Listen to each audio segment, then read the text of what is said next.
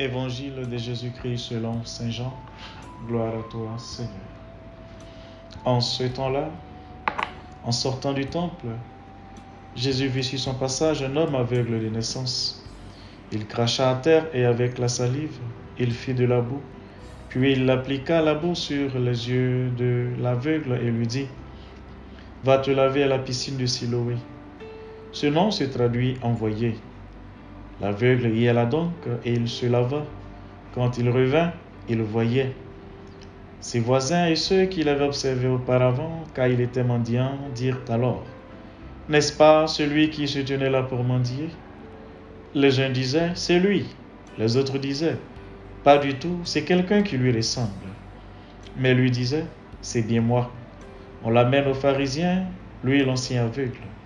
Or, c'était un jour de sabbat que Jésus avait fait de la boue et lui avait ouvert les yeux. À leur tour, les pharisiens lui demandaient comment il pouvait voir. Il leur répondit : « Il m'a mis de la boue sur les yeux, je me suis lavé et je vois. » Parmi les pharisiens, certains disaient : « Cet homme-là n'est pas de Dieu, puisqu'il n'observe pas le repos du sabbat. » D'autres disaient : « Comment un homme, un pécheur, peut-il accomplir des signes pareils ?» Ainsi, ils étaient donc divisés. Alors il s'adresse de nouveau à l'aveugle. « Et toi, que dis-tu de lui, puisqu'il t'a ouvert les yeux ?» Il dit : « C'est un prophète. » Ils répliquèrent : « Tu es tout entier dans le péché depuis ta naissance, et tu nous fais la leçon. » Et ils le jetèrent dehors. Jésus apprit qu'ils avaient jeté dehors. Il le retrouva et lui dit : « Crois-tu au Fils de l'homme ? » Il répondit : « Et qui est-il, Seigneur, pour que je croie en lui ? » Jésus lui dit : « Tu le vois, et c'est lui qui te parle. » Il dit : « Je crois, Seigneur. » Et il se prosterna devant lui. Acclamons la parole de Dieu. Louange à toi, Seigneur Jésus. Chers frères et sœurs, notre texte n'est pas un reportage journalistique sur la guérison d'un aveugle, mais une catéchèse dans laquelle Jésus est présenté comme la lumière venue éclairer le chemin des hommes. L'aveugle de notre histoire est le symbole de tous les hommes et femmes qui vivent dans les ténèbres, privés de lumière, prisonniers de ces chaînes qui les empêchent d'atteindre la plénitude de la vie. Le reflet est présenté en plusieurs images. Dans le premier cadre, versets 2 à 5, Jésus se présente comme la lumière du monde. Jésus et les disciples sont devant un homme aveugle de naissance. Selon la théologie de l'époque, la souffrance était toujours le résultat du péché. Donc les disciples se souciaient de savoir si c'était l'aveugle qui avait péché ou si c'était ses parents. Jésus démontre cette perspective et nie toute relation entre le péché et la souffrance. Cependant, l'occasion est propice pour aller plus loin et Jésus en profite pour montrer que la mission qui lui est confiée par le Père est d'être la lumière du monde et de remplir de lumière la vie de ceux qui vivent dans les ténèbres. Dans la seconde image, versets 6 et 7, Jésus passe des paroles aux actes et se prépare à donner la lumière à l'aveugle. Il commence par cracher par terre, faire de la boue avec la salive et oindre les yeux de l'aveugle avec cette boue. L'acte de faire de la boue reproduit évidemment l'acte de création de Dieu. Dans Genèse 2, verset 7, lorsque Dieu pétrit l'argile et façonna l'homme. La salive transmettait, pensait-on, la force même ou l'énergie vitale, ce qui est équivalent au souffle de Dieu qui a donné la vie à Adam. Ainsi, Jésus a ajouté sa propre énergie vitale à l'argile, répétant le geste créateur de Dieu. La mission de Jésus est de créer un homme nouveau, animé par l'Esprit de Jésus. Cependant, notons que la guérison n'est pas immédiate. La coopération du patient est requise. « Va te laver dans la piscine de Siloé », lui dit Jésus.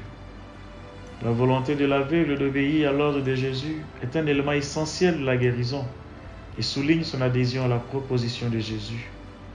La référence au bain dans la piscine de Siloé, qui signifie envoyé, est évidemment une allusion à l'eau de Jésus. Jésus qui est envoyé par le Père. Cette eau qui rend les hommes nouveaux, libérés des ténèbres de l'esclavage. La communauté joannique aura certainement l'intention de faire ici une catéchèse sur le baptême. Celui qui veut sortir des ténèbres pour vivre dans la lumière en tant qu'homme nouveau doit accepter l'eau du baptême, c'est-à-dire que cette personne doit opter pour Jésus et accepter la proposition de vie qu'il offre. Par la suite, l'auteur du texte met en scène plusieurs personnages. Ces personnages joueront divers rôles en adoptant différentes attitudes face à la guérison de l'aveugle. Les premiers à occuper la scène sont les voisins et les connaissances de l'aveugle, versets 8 à 12.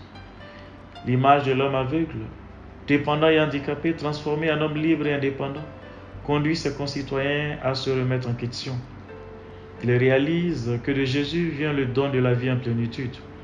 Peut-être aspire-t-il à rencontrer Jésus, mais n'ose pas franchir le pas définitif qui est d'aller à la rencontre de Jésus afin d'accéder à la lumière.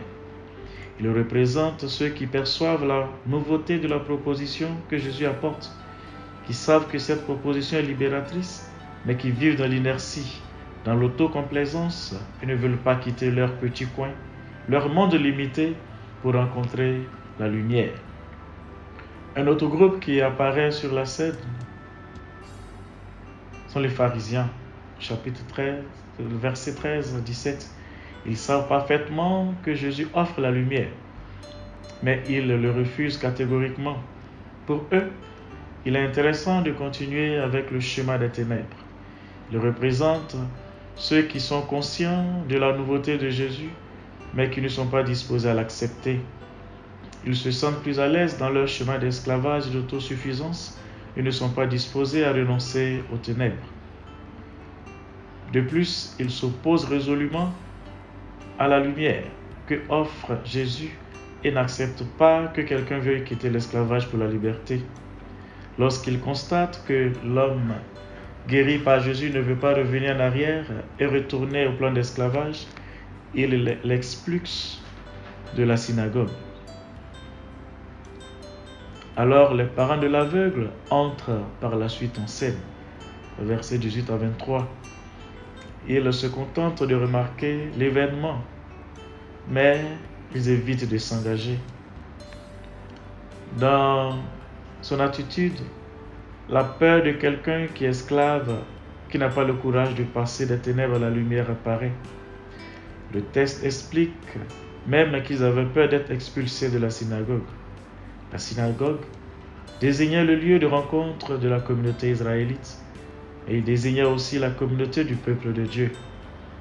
Être expulsé de la synagogue signifiait l'excommunication, le risque d'être déclaré hérétique et apostat, de perdre les repères communautaires, tomber dans la solitude, le ridicule, le discrédit et la marginalité. Il préfère la sécurité de l'ordre établi, aussi injuste et oppressant soit-il, aux aléas de la vie libre.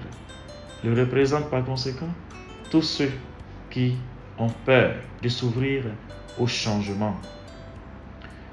Enfin, regardons le chemin que prend l'homme guéri par Jésus.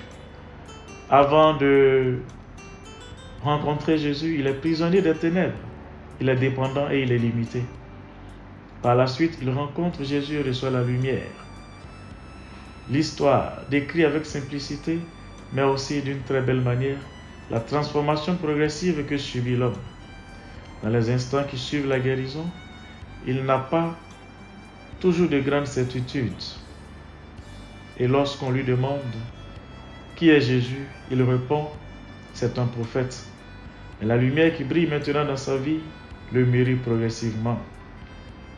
Confronté aux dirigeants et sommé de nier la lumière et la liberté reçue, il devient, à un moment donné, l'homme de certitude, des convictions, argumente avec agilité et intelligence, joue avec l'ironie, refuse de retourner à l'esclavage. Il montre l'homme adulte, l'homme mûr, l'homme libre, l'homme sans peur. C'est ce que la lumière que Jésus offre produit dans l'homme. Le texte décrit la dernière étape de ce cheminement progressif. la pleine adhésion à Jésus. Retrouvant l'ancien aveugle, Jésus l'invite à adhérer au Fils de l'homme. Croyez-vous au Fils de l'homme? La réponse de l'ex-aveugle est une adhésion totale. Je crois, Seigneur. Le titre Seigneur était le titre avec lequel la communauté chrétienne primitive désignait Jésus, le Seigneur glorieux. Le texte dit aussi que l'ancien aveugle s'est prosterné et a adoré Jésus. Adorer signifie reconnaître Jésus comme le projet d'homme nouveau que Dieu présente aux hommes. Adhérer à lui et le suivre. Il refuse de retourner à l'esclavage. Chers frères et sœurs, la mission de Jésus est présentée ici comme la création d'un homme nouveau. Dieu a créé l'homme pour qu'il soit libre et heureux, mais l'égoïsme, l'orgueil, l'autosuffisance dominaient le cœur de l'homme, l'enfermaient dans un chemin d'aveuglement et frustraient le projet de Dieu. La mission de Jésus consistera à détruire cet aveuglement, à libérer l'homme et à le faire vivre dans la lumière. C'est une nouvelle création. Ainsi, de l'action de Jésus, naîtra un homme nouveau, libéré de l'égoïsme et du péché, vivant dans la liberté sur le chemin de la vie en plénitude. En élargissant l'horizon de notre réflexion, nous croyants ne pouvons pas nous enfermer dans un pessimisme stérile, en décidant que le monde est perdu et qu'autour de nous, il n'y a que des ténèbres. Cependant, nous ne pouvons pas non plus nous cacher la tête dans le sable et dire que tout va bien. Il y a objectivement des situations, des institutions de valeurs et des chemins qui maintiennent l'homme enfermé dans son égoïsme, fermé à Dieu et aux autres, incapable de se réaliser pleinement. Qu'est-ce qui, dans notre monde, génère les ténèbres, l'aliénation, l'aveuglement et la mort? Qu'est-ce qui empêche l'homme d'être libre et de se libérer, réaliser pleinement, comme prévu dans le plan de Dieu? Mes frères, mes sœurs, la catéchèse que Jean nous propose aujourd'hui nous rassure. La pleine réalisation de l'homme continue d'être la priorité de Dieu. Jésus-Christ, le Fils de Dieu, est venu vers les hommes et leur a montré la lumière libératrice. Il les a invités à renoncer à l'égoïsme, à l'autosuffisance qui engendre les ténèbres, qui engendre la souffrance, l'esclavage, et à faire de la vie un don par amour. Adhérer à cette proposition, c'est vivre dans la lumière. Comment donc nous positionner face aux défis que en Jésus, Dieu nous propose? L'évangile de ce dimanche décrit diverses manières de répondre négativement à la lumière libératrice que offre Jésus. Il y a ceux qui s'opposent résolument à la proposition de Jésus parce qu'ils sont installés dans le mensonge de la lumière et que la lumière de Jésus ne fait que les déranger. Il y a ceux qui ont peur d'affronter les bouches, la critique, qui se laissent manipuler par l'opinion dominante et qui, par peur, préfèrent rester esclaves que risquer d'être libres. Il y a ceux qui, bien qu'ils reconnaissent les avantages de la lumière, laissent la complaisance et l'inertie les piéger dans une vie d'esclave. Est-ce que je m'identifie à l'un de ces groupes? Nous voyons ici que l'aveugle qui choisit la lumière, qui adhère inconditionnellement à Jésus, à sa proposition libératrice, est le modèle qui nous est proposé en ce 4e dimanche de Carême. La parole de Dieu nous invite, en ce temps de Carême, à une démarche de renouveau qui nous amène à sortir de tout ce qui nous a servi, tout ce qui nous aliène, tout ce qui nous opprime. Au fond, tout ce qui empêche la lumière de briller en nous, de Dieu, et qui empêche notre pleine réalisation. Pour que la célébration de la résurrection, le matin de Pâques ait un sens, nous devons faire ce cheminement de Carême et renaître. Nous devons être faits hommes nouveaux, qui vivent dans la lumière et qui témoignent de la vraie lumière du Christ. Que puis-je faire pour que cela se produise? Je dois donc recevoir la lumière offerte par le Christ et aussi allumer cette lumière dans le monde, que cette lumière soit signe d'espérance. Frères et sœurs, laissons-nous guider par les enseignements du Christ, lui qui est la source et l'origine de toute lumière. afin que, de par nos vies, nous puissions être des efficaces propositions de vie, tous ceux que nous rencontrons aujourd'hui, maintenant et pour les siècles des siècles. Amen.